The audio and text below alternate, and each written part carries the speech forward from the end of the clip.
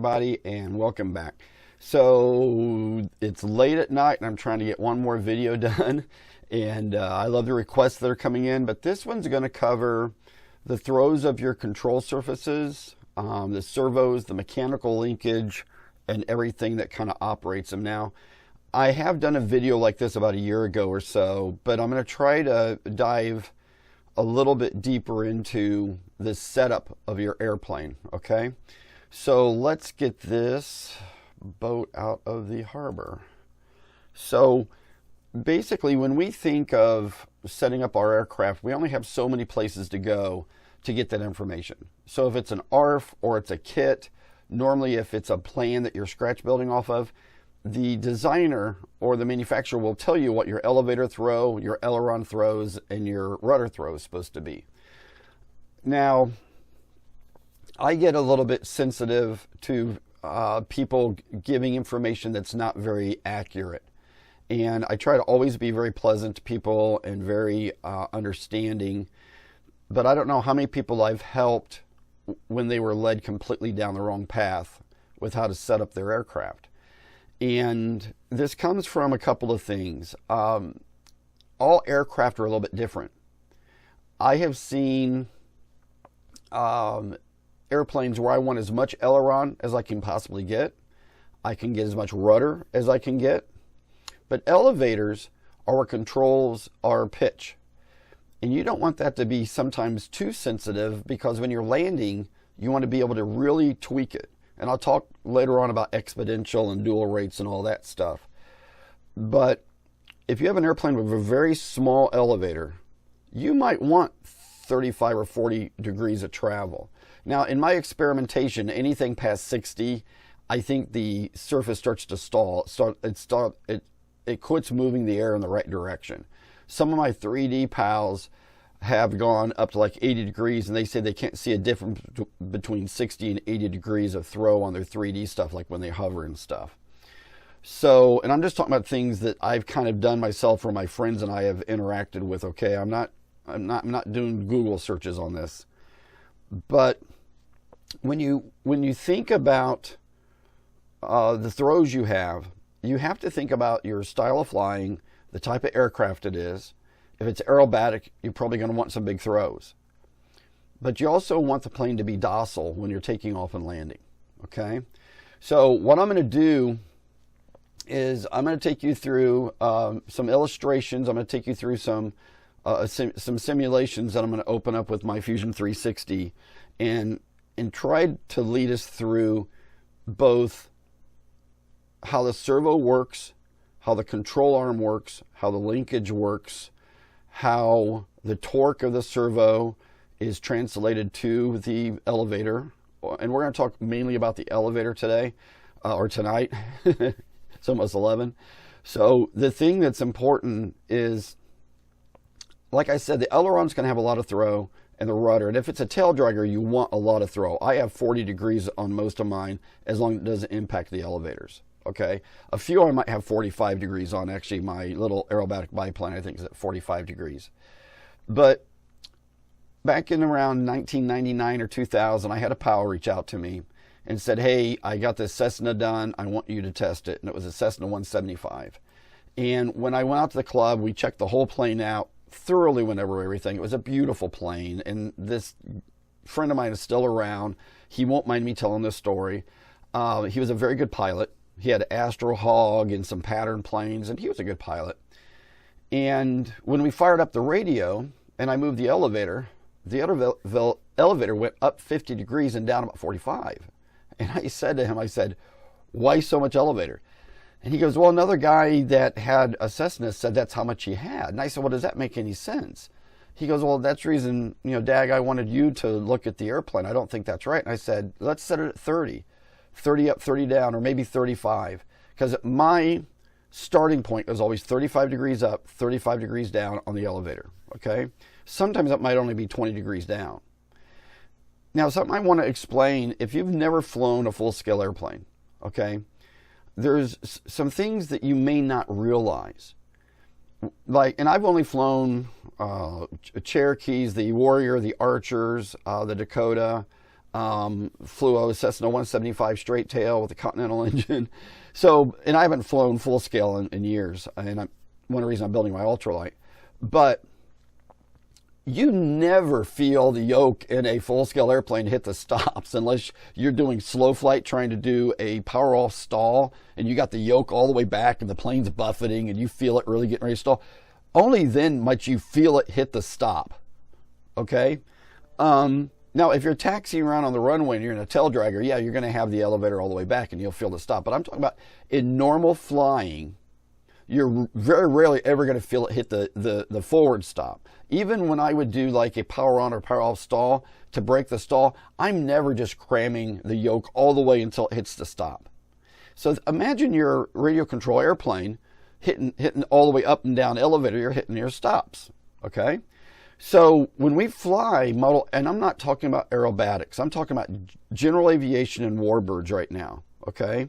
Non-aerobatic airplanes, okay? So when you think about also the surface area of all the different elevators that are out there, smaller elevators might have 40 degrees of travel.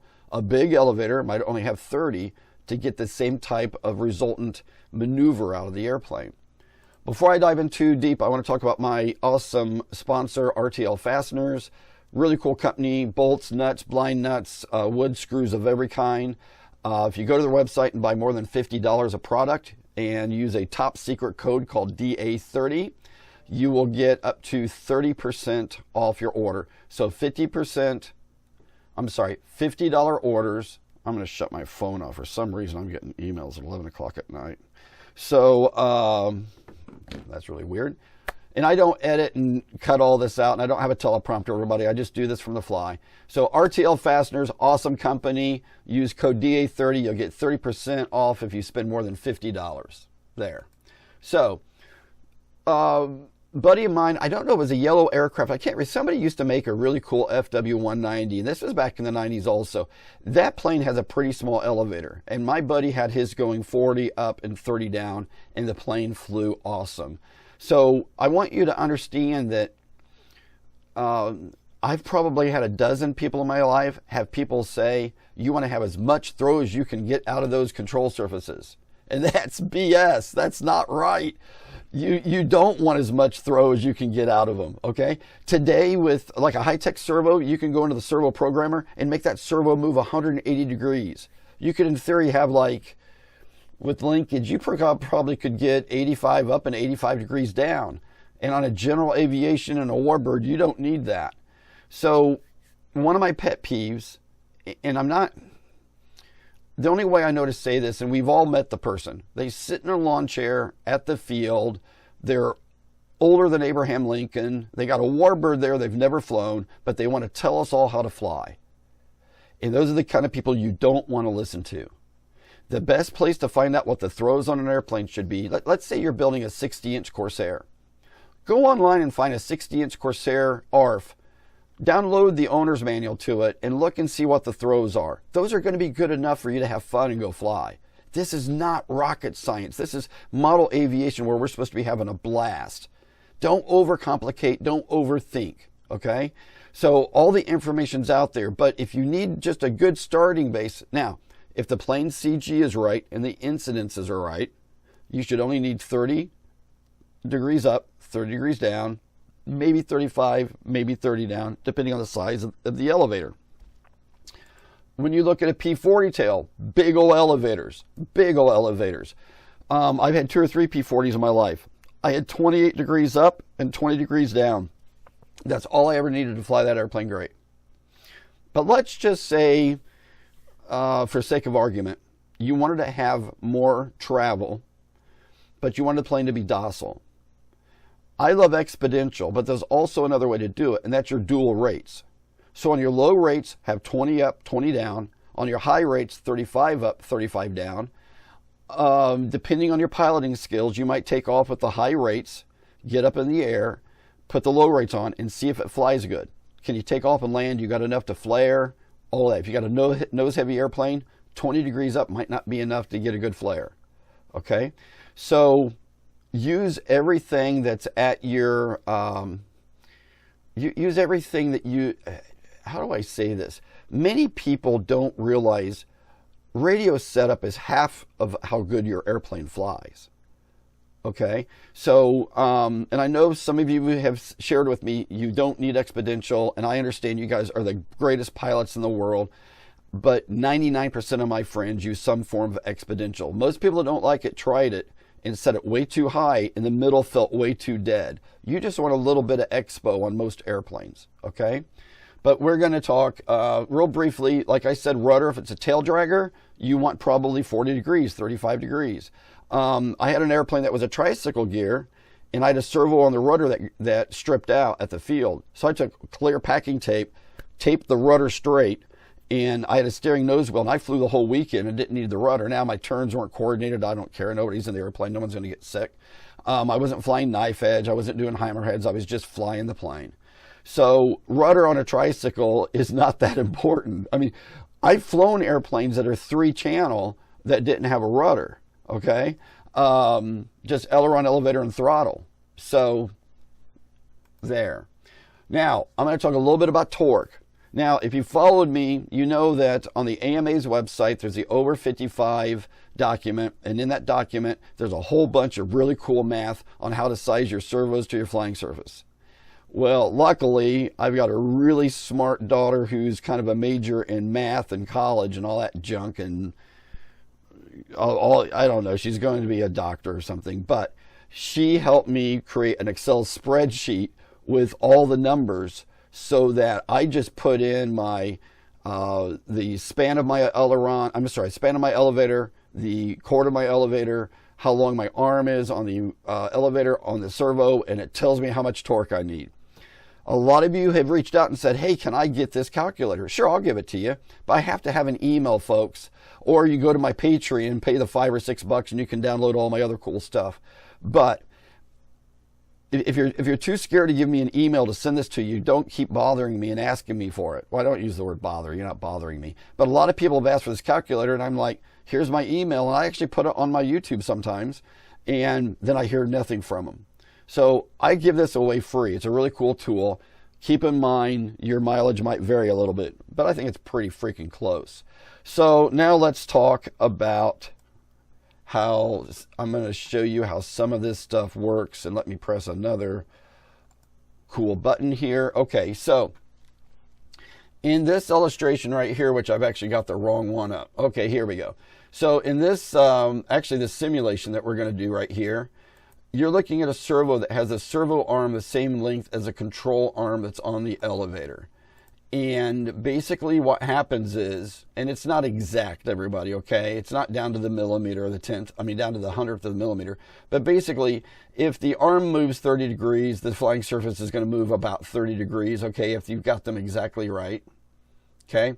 Which means also the torque that's being generated out of the servo is the same torque that's being generated into the flying surface. So I want you to think just for a second, if you have a ratchet on a socket, and that socket is going to remove a bolt that's holding on your car tire, okay? It's like a lug wrench, but it's only a 6-inch wrench. You probably won't have enough strength to turn that bolt, okay? So the smaller the arm on the elevator is, the more torque it's going to take to move that elevator. The longer the arm on the servo, think about this, holding a 6-foot pole out in front of you and have somebody grab the end of the pole and try to move them, but have them 6 inches away from you, and it's easier. So the longer on the servo and the shorter on the elevator, the more torque you're going to need, okay? So right here, it's pretty equal torque. If we go to this one, and this is Fusion 360. I use this for all of my designs. So if you notice here, we have more travel because the arm's longer on the servo and shorter on the elevator, but it's going to take more torque to move that. Okay, it's going to take a lot more torque. Now, when we go to a really short arm out here, whoops, wrong one. We go to really short arm, we end up with a lot of throw Okay. But I also want you to think, though, if you use a little calculator to understand the torque of the servo, you can get into big servos. One of my servos is almost 600 ounces, and that's to move one of the MSL2's elevators. But as you can see, there's a lot of travel there. That's going to take a lot of torque to move that. Now I want to show you the way I do it. I use a short arm on the servo, a long arm on the elevator. However, well, hang on a minute. Let me. I don't want to get ahead of myself. Let me show you this work. So as you see here, there's not a lot of travel on that elevator. Okay. But believe it or not, in my Avanti EDF, I only have 18 degrees up and 15 degrees down on that EDF, and because the CG is perfect and it flies great. But there's a little bit of travel. But this is my setup because I program my servos. Some people don't realize you can go in and program your servo or set the end travels, or if it's high tech, you can change the internal endpoints. There's all kinds of stuff you can do. But right now, all those servos that you've been seeing operated were only moving 30 degrees each direction. In this simulation, I have the servo moving 45 degrees in each direction. So there's, oh, I'm sorry, I have that backwards. I think I had that backwards.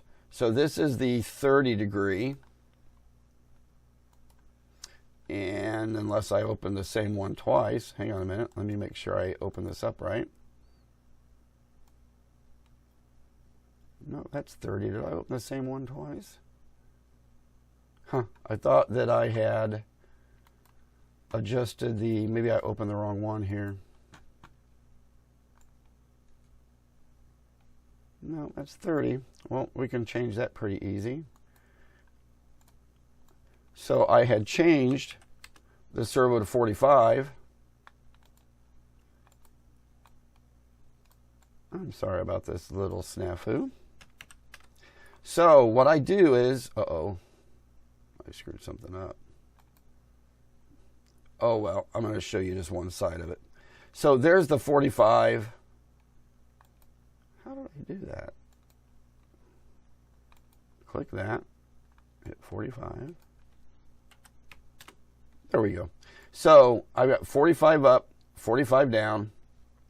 I'm backwards there. 45 up elevator, 45 down, and I did it by changing the travel of the servo. Now I have enough elevator back there to fly the airplane, but I got a boatload of torque going into that surface right there, that flying surface.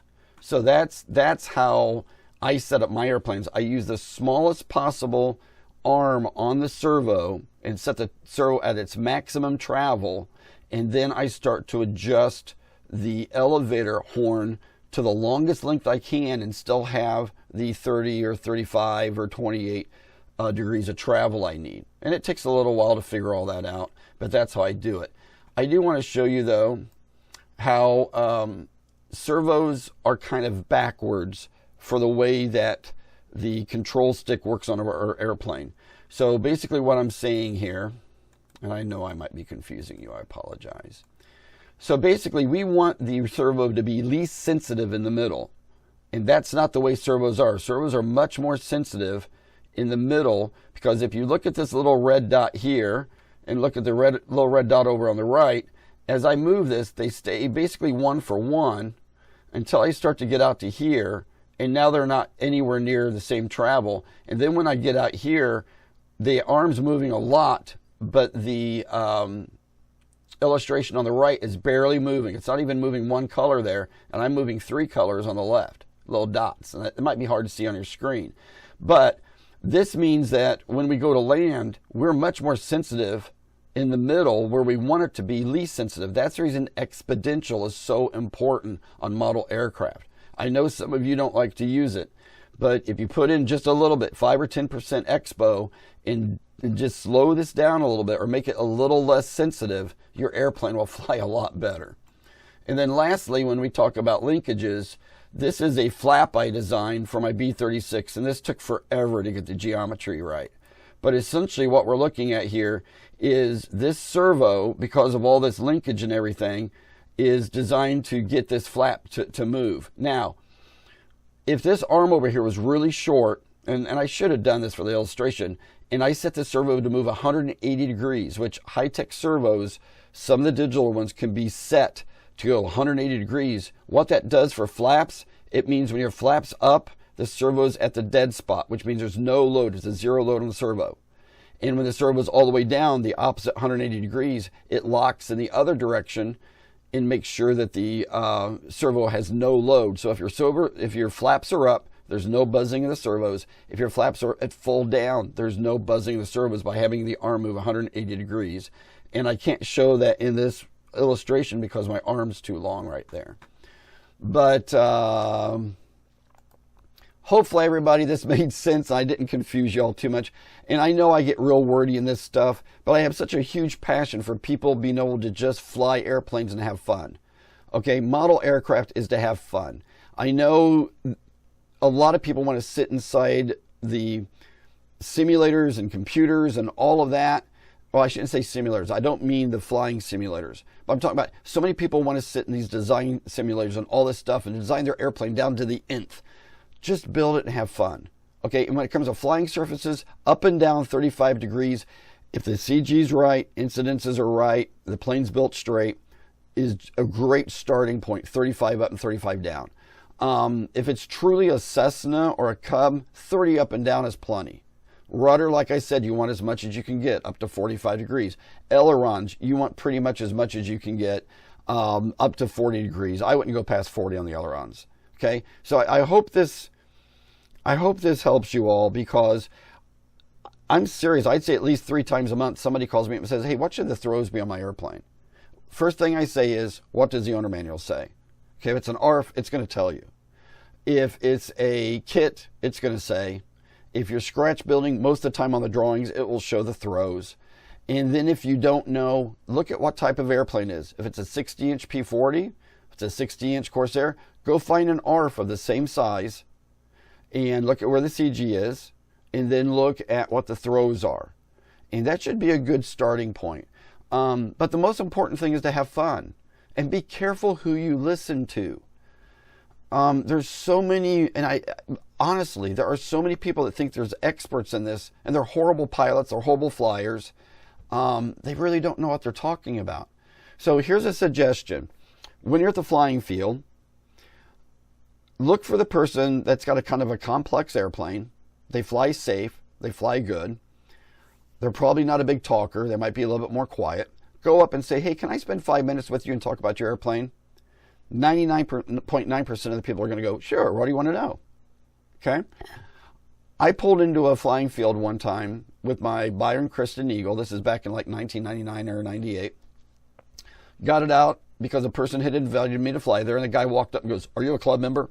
I said, no, I was invited by a guy. I'm not going to say his name. Oh, okay. So I'm setting my airplane. He goes, how many flights you got on that? And I said, well, this is my first plane. It's my trainer. Yeah, he's just being funny. He got upset. He goes, well, you can't fly that as a trainer. I said, I'm joking. And he goes, well, you don't have to be a jerk. I said, I wasn't being a jerk. I said, I'm not going to bring a Kristen Eagle to the field and make it my first plane. I've got about 150 flights on this airplane. Oh, okay. I've just never seen one with that engine. And I said, okay. This person was looking to tell me I was doing something wrong. And that's toxic. And that just eats me up at the RC fields. And you do run into these people. They're not everywhere. But just be careful who you listen to. Because, look, it's your plane. It's your money. It's your sanity. If it's like me, it's your passion. So, yeah. So I hope this helps everybody. Keep the emails coming. And I've got like 40 videos you've all requested for me to make. And I'll try to make them all. But I just want everybody to have fun flying model airplanes. There should be no drama at the field. We should be able to just have fun. You know, back in the day, we would set up Coke cans on the runway and fly down inverted and try to knock them over. Me and 2 other guys almost got kicked out of the club, calling that dangerous flying. And we were going down the runway. Okay, we were just going down the runway, not toward the pits or anything. 2 weeks later, a guy fainted. His airplane, I mean, he was like 95 years old. He faints flying his airplane. His plane goes careering into the pits and runs into 2 airplanes. So which was more dangerous? Me flying inverted with a Goldberg chipmunk trying to knock over Coke cans, or the plane flying in, taxiing into the pits and hitting 2 airplanes. So look, everybody, have an awesome day. Rock on, be safe, and I'll see you next time. Sorry for getting so wordy. I just have such a passion for model aviation and people having fun. Rock on. See you next time. Later.